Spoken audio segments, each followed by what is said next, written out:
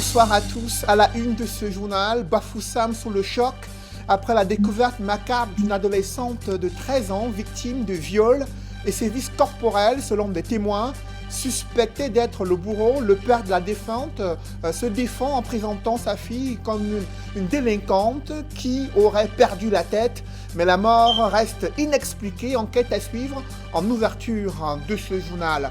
Et dans l'escale internationale, l'opposition prévoit encore des manifestations en Guinée-Conakry pour dire non à ce nouveau mandat que cherche Alpha Condé. Pendant ce temps, au Mali, la libération de certains otages, parmi lesquels des Français et des personnalités politiques maliennes, suscite la controverse. On en parle dans la page internationale du 20h.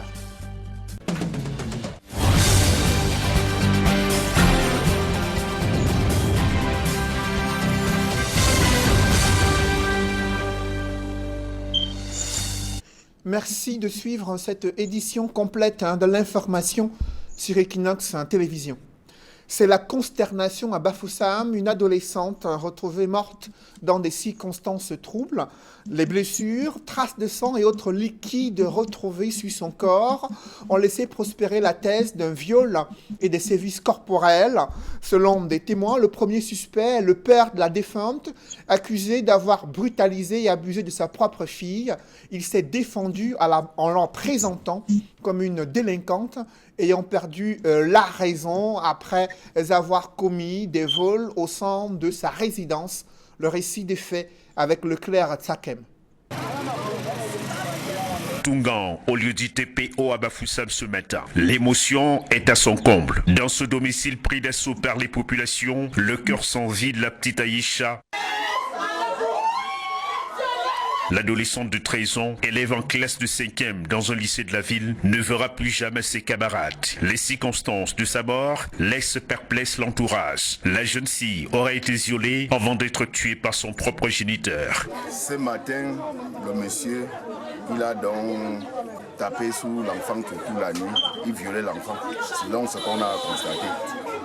Et après il a tabassé, mais bon, l'enfant, on a compris les bruits, la femme l'a crié, nous sommes sortis. Nous avons compris un cri en route, on pensait que c'était l'agression. Nous sommes sortis, moi et ma petite voisine, arrivés en route, nous avons compris que le cri était proche de nous.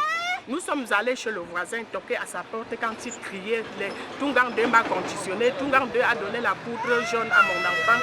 Nous avons toqué la porte, il a ouvert, il nous a dit, maman, le soir j'ai un peu fouetté cette petite fille. Elle m'a volé 200 francs. Et la semaine passée, elle m'avait volé 20 000 francs. Mais je l'ai un peu corrigée tout simplement. Je suis sortie, elle était couchée dehors disant qu'elle était fatiguée. Moi-même, j'ai vu qu'elle était fatiguée. J'ai demandé qu'une femme en période menstruelle ne peut pas dormir sans se laver. J'ai lavé ma fille. J'ai porté ma fille à aller mettre au lit. C'est tout ce qu'il m'a dit. Et à la maison, la fille a crié, elle a dit, laissez-moi, je ne veux pas partir, je ne veux pas partir. J'ai demandé que tu pars comme ça avec les qui. Elle a cité 2 noms d'élèves de Tungan. C'est ce que le père nous a dit. Elle a cité 2 noms des élèves de Tungan. Et elle enlevait les clous sur la moto, l'ancienne moto pour se déchirer, C'est ce qu'elle a dit. C'est ce qu'il a dit. Il a demandé où sont les 200 francs. Elle a dit c'est déjà parti. Et quand il a dit ça, nous on pensait que l'enfant était couché à la maison, étant vraiment blessée, pas morte. Quand il a déjà dit qu'elle est morte, nous avons pris fuite. Nous sommes sortis, allez ici, j'ai crié, faire sortir le quartier. Dans l'une des pièces de la maison, des traces de sang sur un matelas de sortie sur lequel aurait été commis le crime. Le mis en cause a été extrait des mains de la foule furieuse avant notre arrivée sur les lieux. Au-delà de l'émotion, la colère est au bout des lèvres du voisinage. Maman, ton enfant. Ouais, c'est la douleur.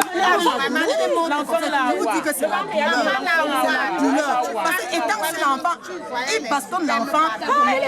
Il porte le corps maintenant, il l'a pas arrangé. Il avait le sperme le matin.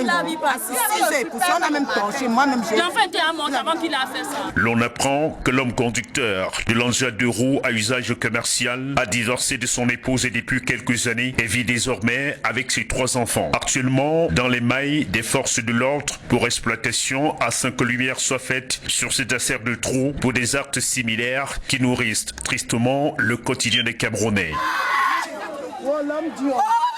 Encore une affaire de vol présumé de bébés à l'hôpital central de Yaoundé. Simone accuse le personnel médical d'avoir dérobé l'un de ses enfants alors qu'elle venait de mettre au monde des jumeaux. Malgré les multiples échographies faisant état d'une grossesse gémellaire, les mises en cause nient leur implication, invoquant le fait qu'ils ont trouvé un seul bébé dans son ventre et l'extrait durant l'accouchement. L'imagerie médicale présentant 2 fœtus a-t-elle trompé cette jeune mère ou serait-ce la pièce maîtresse révélatrice d'un trafic de bébés volés dans une formation sanitaire? Au-delà de l'enquête prescrite par le directeur de l'hôpital, je vous invite à suivre les investigations menées par Rodin Gassi et Marcelin Gansop. C'est un couple désemparé que nous retrouvons au quartier Kouaban, dans l'arrondissement de Kolafamba. Très affaiblie, Simone Betsem marche à peine une dizaine de jours après sa sortie d'hôpital. Elle porte encore les séquelles de l'accouchement qui s'est effectué le 2 octobre dernier par césarienne à l'hôpital central de Yaoundé. Mais ce sont les circonstances dans lesquelles elle a accouché qui l'affaiblissent davantage. Le couple Betsem croit Dieu comme faire avoir mis au monde des jumeaux, et notamment 2 garçons, et que l'un a curieusement disparu en salle d'opération. C'est comme ça qu'on m'amène au bloc dans l'après-midi, plus de 14 heures. Et on a chassé toute ma famille. Ceux même qui voulaient rester au couloir, on leur a dit on ne voit personne. Quand maintenant on me place sur la table, ils ont placé tout le dispositif était prêt. Avant qu'on ne procède à l'opération, le chirurgien me dit: Madame, est-ce que vous aimez partager avec les autres ce que vous avez? Ils ouvrent dans le van et entre-temps, ils m'ont dit de ne pas tourner la tête, de ne pas les regarder. Parce qu'il fallait toujours regarder de l'autre côté et pas à la porte de sortie. Sous prétexte que non, le sang qui passait là pouvait sauter sur la veine. À un moment, je constate seulement la disparition de la majeure du bloc. Et elle réapparaît seulement quand on est à la fermeture du ventre. Et entre-temps, quand ils enlèvent donc celui-ci, l'autre bébé, ils me disent: oh madame, vraiment l'échographie nous a trompés. Ils me disent: c'est ce que tu dois comprendre. Nous venons de te présenter un bébé. Est-ce que tu as vu 2 bébés ici? Et c'est comme ça qu'ils sont encore allés appeler mon mari pour dire à mon mari: vous-même venez aussi confirmer qu'on n'a que trouvé un bébé. Pour appuyer et soutenir leurs soupçons, Monsieur et Madame Betsem présentent les résultats des différentes échographies. Les premières ont été réalisées à Akololinga, où vit le couple, et les dernières ont été faites à Yaoundé, peu avant l'accouchement. Moi, je sais que depuis Akololinga, on a fait des échos. Ici même, nous avons encore fait. Et tous les jours, on venait vérifier, contrôler, pour voir si effectivement le battement des cœurs des 2 bébés était effectif. Ils contrôlaient tous les jours. Chacun passait à tour de rôle. Mais ça me surprend que tout d'un coup, les choses ont changé. Et c'est à l'hôpital Sankara qu'on a déterminé le sexe des enfants. Ils m'ont dit que c'est 2 garçons. J'étais très contente ce jour, sans savoir ce qui m'attendait après. Que s'est-il donc passé ce fameux 2 octobre, alors que le couple Betsem avait déjà pris toutes les dispositions pour accueillir non pas 1, mais 2 bébés? Difficile pour l'instant d'avoir toutes les pièces du puzzle. Contacté par nos soins, le directeur de l'hôpital central de Yaoundé, le professeur Joseph Fouda, n'a pas souhaité s'exprimer pour l'instant, préférant s'en remettre au résultat de l'enquête qui a été ouverte. Une enquête qui fait suite à la plainte déposée à la gendarmerie par le couple Betsem le 7 octobre dernier. Je ne pouvais pas rester sans rien faire. On n'achète pas les enfants dans une boutique. La vie humaine a beaucoup de prix, donc j'étais obligé de porter plainte. Au niveau du 7, c'est ce qui a été fait le plus tôt possible. Le directeur dit non, c'est inadmissible. Avec toute la sécurité qu'il y a à l'hôpital central, il ne pense pas que chose pareille peut se passer dans son centre hospitalier. Je lui ai dit: docteur, ce n'est pas des histoires, on a volé mon fils. Je lui ai présenté les échographies d'Akololinga et de l'hôpital central qui confirment qu'il s'agit des jumeaux. Bref, c'était un peu pour m'amener à comprendre que même les échographies peuvent se tromper. Il a tenu un discours que je n'ai pas partagé. Et il nous a dit de toutes les façons que la gendarmerie fasse son travail pour que la vérité sorte. Parce qu'il s'agit d'une vie. Si c'est le cas, ces personnes méritent d'être punies parce que c'est un crime. C'est ce qui m'a fait comprendre. Si le pasteur Jean-Jacques Betchem Aroga et son épouse espèrent que toute la lumière sera faite sur cette affaire, il ne cesse cependant pas de verser des larmes depuis plus d'une semaine. La douleur est d'autant plus profonde qu'en 22 ans de mariage, le couple n'a pas eu beaucoup de chance en matière de procréation. Parce que nous avons beaucoup souffert. Et après 17 ans, que Dieu nous a donné ce garçon que vous voyez, qui aurait bientôt 5 ans. Et Dieu a béni pour essuyer nos larmes en nous donnant 2 enfants. Mais comme le diable n'est pas content, il est jaloux, il a voulu enlever un. J'ai foi que par la grâce de Dieu, ce dernier sera retrouvé. Si vous êtes humain et que vous connaissez ce qu'on appelle la douleur d'une mère, s'il vous plaît, rendez-moi mon enfant. Je veux rentrer avec mes 2 enfants. J'ai fait 66 fausses couches. Ce n'est pas pour continuer à pleurer aujourd'hui. Rendez-moi mon enfant. En attendant, la famille se contente de bébé Pierre Ostran Aroga et de l'aîné Jean-Jacques Caleb Bethem qui va bientôt souffler sur sa 5e bougie. C'est l'unique enfant que le couple a pu avoir jusqu'ici. Désormais, la famille Bethem, dont le chef est pasteur à l'église messianique évangélique du Cameroun, ne vit que de prières. Dans la capitale économique, le plan d'urgence d'assainissement de la ville a-t-il prévu une stratégie de prévention et de lutte contre les catastrophes à venir dans les zones à risque? Un danger permanent menace la vie de centaines de ménages installés dans un ravin profond de 20 mètres. Là-bas, les risques d'éboulement de terrain font peur, mais les populations démunies y vivent toujours. Elles se plaignent d'être victimes des dégâts environnementaux orchestré durant les travaux d'aménagement de la route et la construction des infrastructures à Douala. Warren Zede Kediara présente ce décor effrayant dans ce reportage.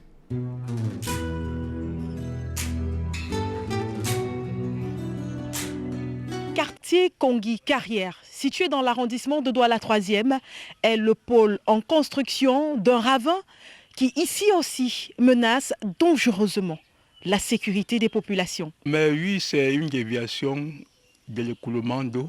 Ça a commencé tout petit. Un beau jour, il paraît qu'un voisin aussi a voulu assainir un peu le petit coin. Ça a donc secoué le talus. Et ce qui a suivi, c'est que la terre s'est fragilisée.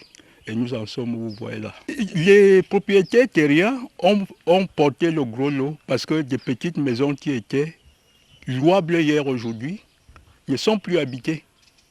Mais sans oublier que dans ce grande crevasse-là, il sort aussi de la... Qu'est-ce que je veux dire? Du beau sable. C'est tout ce que nous en profitons. Une entreprise située juste au-dessus de ce ravin a vu son portail, mieux sa barrière, détruite. Et par cette occasion, toutes les eaux en ruissellement, que ce soit des eaux de pluie ou alors des eaux utilisées par les habitants du quartier, se déversaient ici, dans ce pôle, qui aujourd'hui est un endroit superbement dangereux parce qu'il a formé une sorte de cuvette dans le quartier. Une cuvette dans laquelle de l'eau se remplit quand il pleut, provoquant à cet endroit même des inondations. Ça a pris toutes mes choses de la maison, le maquillage, tous mes marmites. Et même maintenant, il y a encore l'eau. Lorsqu'il pleut, nous sommes obligés de sortir avec des pelles et les brouettes pour dégager la boue, pour céder le passage aux usagers. Mais chaque fois, on se bat avec les petits sacs de gauche à droite pour essayer de caler l'eau pour ne pas être inondé. Vous pouvez le voir en image, comment les populations délogées par les eaux ont choisi de quitter, de libérer leurs maisons pour la sécurité des enfants. Des maisons qui sont aujourd'hui abandonnées et qui attendent d'être détruites aux prochaines pluies. On a perdu plus de 5 maisons là. Ceux qui y étaient, on les a fait partir. La mairie a fait une descente, il y a un dossier pendant entre le maire et la mairie. Madame le maire, le 6e adjoint au maire a fait une descente. La Marzi a fait une descente, a fait évacuer les eaux. Les eaux qui descendaient ici à un autre plus bas, sur la route qui descend plus bas au fond du quartier. On se croirait dans le décor d'un film. Ce ravin, tel une épée de Damoclès, trône sur la sécurité des populations. Pour Equinox Télévision, depuis le ravin du quartier Kongi Carrière, situé dans l'arrondissement de Douala 3e, nous sommes Dani Warren Zieu et Kediara. Ils étaient inquiets au sujet de la disparition du père Ludovic Lado. Il a donné ses nouvelles sur son compte Facebook. Il dit être libre. Il a été interpellé non loin des DEA par des forces de police. Le prêtre catholique a été stoppé dans son initiative de marche entamée hier à Douala dans un esprit de pèlerinage et de fraternité. Il comptait à travers cette marche prier pour le dialogue, la justice, la paix et la réconciliation dans les régions du nord-ouest et du sud-ouest. Ce jésuite a initié cette marche pour que le sang humain cesse de couler au Cameroun au regard des violences meurtrières et des atrocités décriées dans les régions anglophones. Il a décidé d'exorciser le démon de l'indifférence pour engager un pèlerinage devant le conduire à Yaoundé, en plus d'appeler à la réparation des crimes et la réconciliation dans les régions anglophones. Il a déclaré qu'il marche aussi pour les détenus des manifestations du 22 septembre 2020 et il prévoyait de rendre visite à Olivier Boudou-Nsak. Dans son premier trajet, vous le voyez en image, il était en compagnie d'un observateur et rejoint plus tard par un activiste brandissant l'arbre de paix avant d'être stoppé et interpellé par la police. L'initiative du père Ludovic Lado a ému les populations riveraines qui ont sollicité au passage les bénédictions. Et aux dernières nouvelles, sur son compte Twitter, il a indiqué qu'il est désormais libre. D'autres témoins font état de ce qu'il a été ramené à Douala par les forces de police. Dans le reste de l'actualité, le préfet du Mbamekime expérimente le calvaire des populations prises au quotidien au piège de nombreux bourbiers qui jonchent la route Ntui-Yoko et sur la nationale numéro 15. Malgré la mobilisation des entreprises prestataires, les populations déplorent la lenteur dans la construction de cette route. Elles souffrent le martyre au quotidien au regard du mauvais état de la route. C'est le constat que font Charles Melingui et Marcelin Gansop.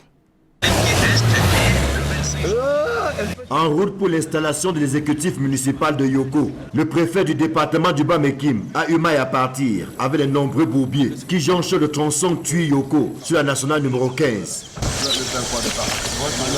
Ici, c'est un pick-up qui est fait prisonnier depuis plusieurs jours. Comme vous voyez la route-ci comme ça, la route qui quitte 28, ça part jusqu'à Mambongue, Njinja, jusqu'à Kolongo là-bas, la route, il y a trop le bobin en route, il y a trop l'eau. Quand on passe avec la moto, ça gâte trop la moto. Impossible de sortir de cette prison à laquelle les usagers sont habitués. Tout à côté, l'unique voie de contournement est également bloquée par un autre véhicule. Des gros bras sont appelés à renfort pendant qu'une file de véhicules commence à se constituer de part et d'autre. Le préfet du Bas-Mekime commence à perdre patience. C'est que les travaux de construction de cette partie de la nationale numéro 15 piétinent et ce sont les usagers qui trinquent.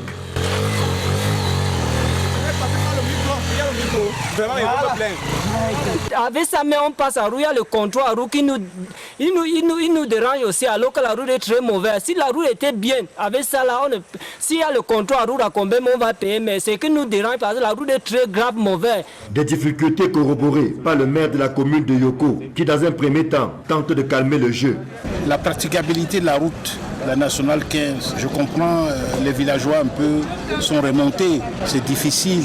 Ce que je peux leur dire, c'est leur trouver un message d'apaisement.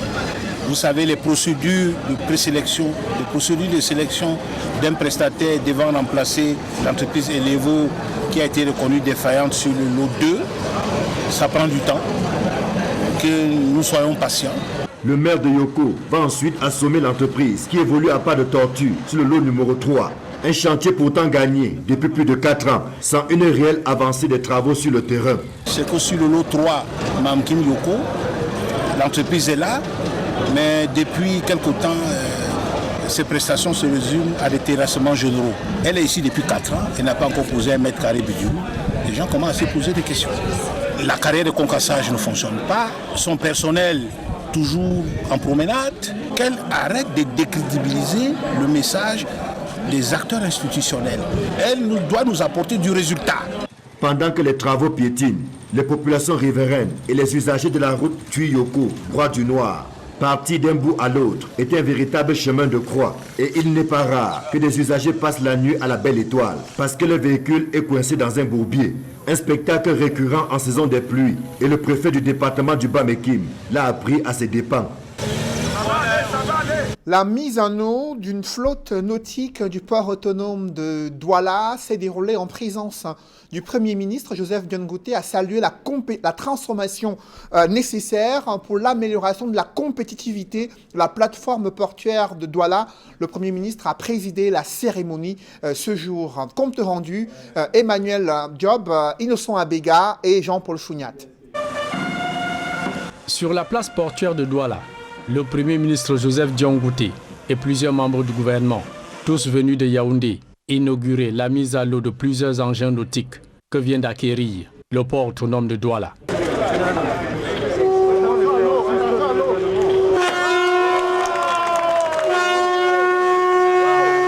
Dans son allocution de circonstance, le directeur général Cyrus Ngo parle d'un investissement conséquent pour autonomiser le dragage du chenal, principale voie d'accès des navires cargo au port autonome de Douala. Jusqu'à présent, le dragage était effectué par des entreprises étrangères. Désormais, nous allons le faire par nous-mêmes. Et l'ambition que nous avons, c'est de partir d'une dépense annuelle de dragage de plus de 10 milliards par an à moins de 5 milliards. Visitant quelques-uns de ces mastodontes à curer ce chenal, de la bouée de base jusqu'au quai, le Premier ministre y voit un argument de compétitivité assuré pour le port autonome de Douala. Le port autonome de Douala est en train de se transformer en un véritable pôle pour la sous-région de l'Afrique, non seulement centrale, mais de l'Afrique de l'Ouest. Nous sommes très édifiés par ce que nous venons de voir. Au cours de cette cérémonie, plusieurs employés et hauts cadres du port autonome sont décorés pour leur engagement à faire rayonner cette institution. Avant cette inauguration, le chef du gouvernement a fait le tour des différents compartiments du port autonome de Douala, notamment le parc à bois, le terminal à conteneurs ou encore la zone sous-douane. Vous ne le savez peut-être pas, mais le cancer du sein est l'un des plus meurtriers chez les femmes. Près de 18 000 cas enregistrés chaque année au Cameroun et 2000 décès. Le dépistage tardif est la première cause de mortalité chez les femmes atteintes de cette pathologie. À l'occasion du mois d'octobre rose consacré à la lutte contre le cancer du sein, des spécialistes de la santé publique tirent la sonnette d'alarme et attirent l'attention des jeunes femmes sur cette épineuse question. Évocation avec Nadine Yambou. Le cancer du sein, qualifié de tueur silencieux par les experts en santé, fait partie des plus virulents de la lignée. Le cancer du sein est au Cameroun aussi, d'après certaines études hospitalières, le premier cancer de la femme. De plus en plus, on a des femmes jeunes, à peu près un tiers des femmes de moins de 40 ans ont le cancer du sein. Donc ça devient vraiment un problème aigu, puisque à l'époque, le plus souvent, le cancer, on voyait des personnes âgées. Bien plus, chaque année, près de 2000 femmes meurent de cancer du sein au Cameroun, avec près de 18 000 cas recensés.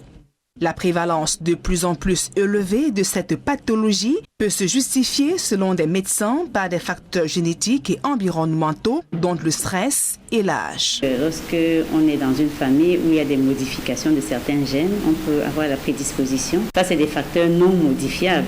Il y a des facteurs liés aux hormones. Par exemple, une femme qui a ses premières règles très précocement, une ménopause très tardivement, est longtemps exposée aux hormones. Une femme qui a accouché tardivement son premier enfant.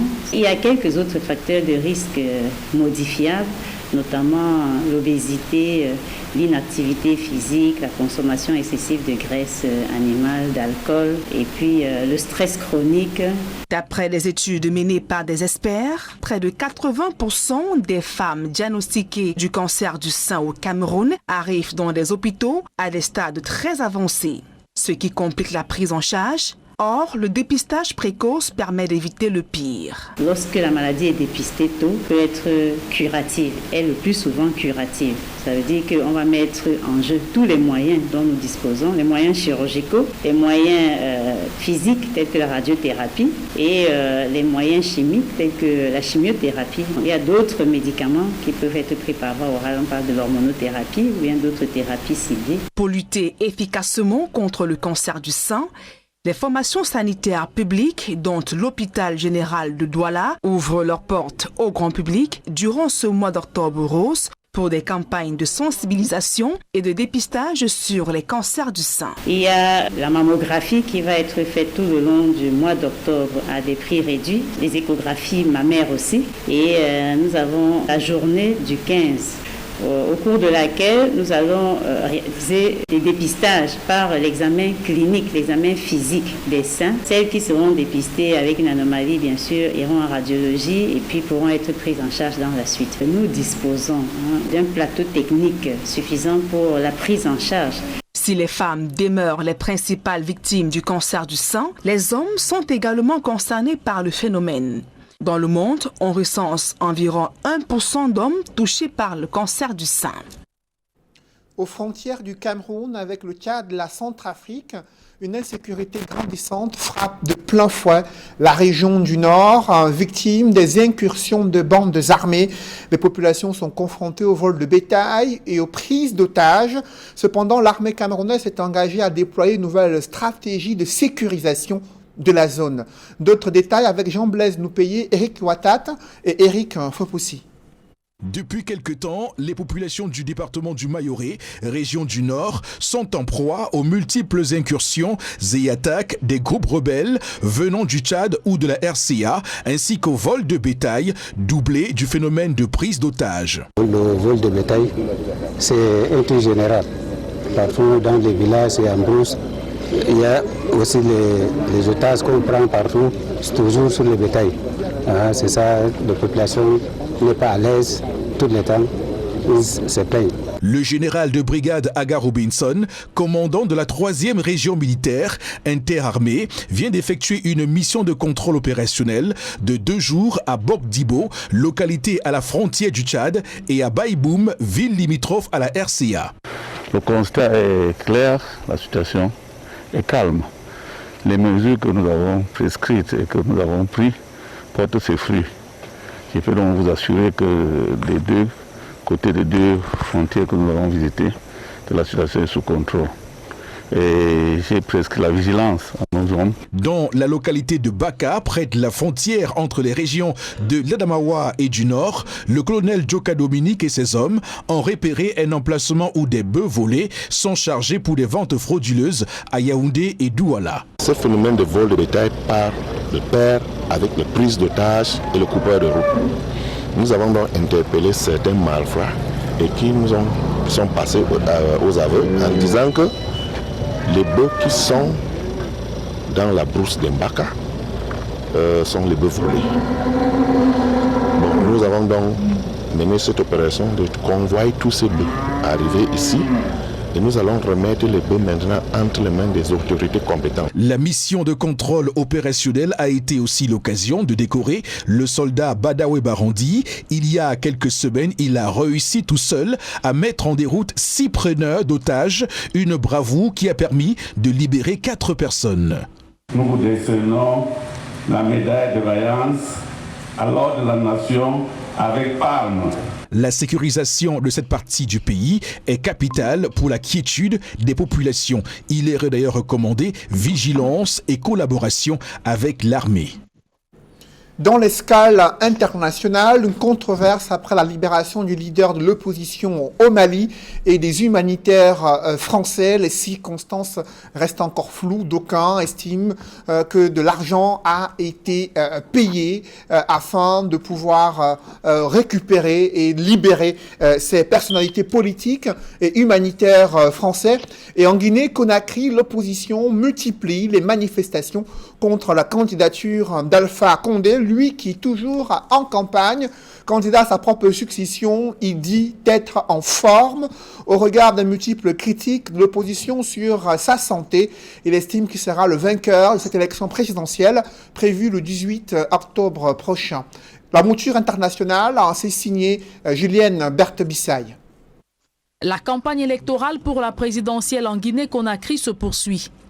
Arrivé à Kisidoko, dans le sud du pays, le président sortant Alpha Condé a dénoncé les violences enregistrées entre ses partisans et ceux de son principal adversaire, Cellou Dalein Diallo. Le chef de l'opposition guinéenne venait tenir son meeting dans le fief d'Alpha Condé. Son cortège a été bloqué à l'entrée de la région de Kankan, le contraignant à rebrousser chemin. S'agissant du troisième mandat que s'apprête à briguer Alpha Condé, Cellou Dalein Diallo a critiqué l'état de santé du chef de l'État à diriger le pays pour les 5 prochaines années. À une semaine du scrutin du 18 octobre, la campagne électorale n'a pas encore livré tous ses faits divers. Et tout à côté, la libération de Soumaïla Cissé et Sophie Petronine suscite de vives polémiques au sein de la classe politique française. Selon des sources au cœur du dossier, la libération de ces 2 otages aurait été conditionnée par la sortie de prison de près de 200 détenus présentés comme des djihadistes. Les politiques français y voient dans cette remise en liberté un danger pour les soldats français engagés dans la guerre contre le terrorisme au nord du Mali. L'ancien ministre malien Soumaïla Cissé et Sophie Petronine ont été libérés le 8 octobre dernier. Un public reportage dans ce journal. La crypto-monnaie est en plein essor dans le monde. Le volume d'échanges a connu une croissance significative et le Cameroun est désormais une terre d'opportunités grâce à la plateforme LiPlimal implémentée par Global Investment sur le plan national. La simplification des modalités d'investissement dans les monnaies numériques et le statut des membres de la galaxie LiPlimal ont permis de célébrer l'un de leurs membres qui est désormais coach. Évocation dans ce reportage. Une Prado VXR 2020, toute neuve et toute flambante, arrosée au ruinard. Madame Claudine Manga reçoit sa grosse cylindrée à l'issue d'une cérémonie à l'hôtel La Falaise de Douala Bonapriso.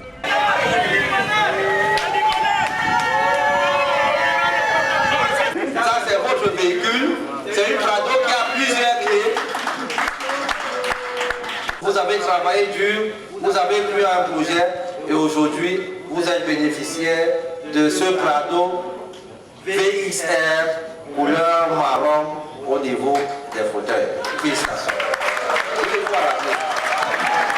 Elle est ainsi élevée à la dignité de coach, une consécration après 2 ans de placement d'argent dans l'industrie de la crypto-monnaie à travers la plateforme LiPlimal. Mon histoire avec LiPlimal, ça commence le 22 juillet 2018.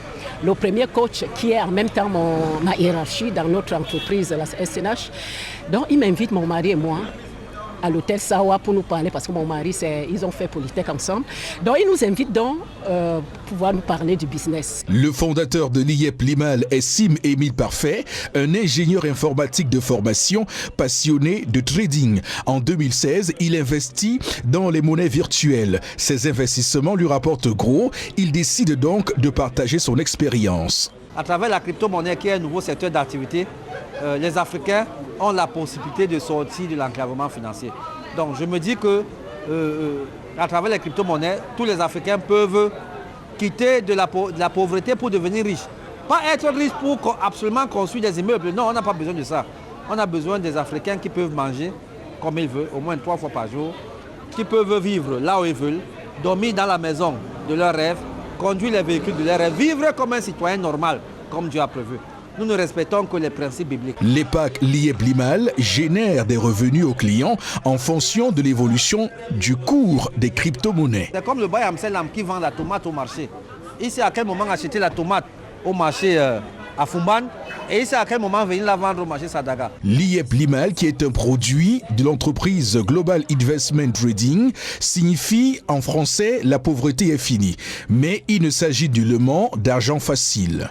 Lorsqu'on a gagné de l'argent, qu'est-ce que cet argent devient? Il faudrait que cet argent travaille aussi pour nous. Nous sommes dans la logique selon laquelle l'argent doit travailler pour nous. C'est ça qui paraît facile, mais ce n'est pas facile. Parce que pour mettre l'argent à son service, il faut d'abord travailler dur pour avoir cet argent.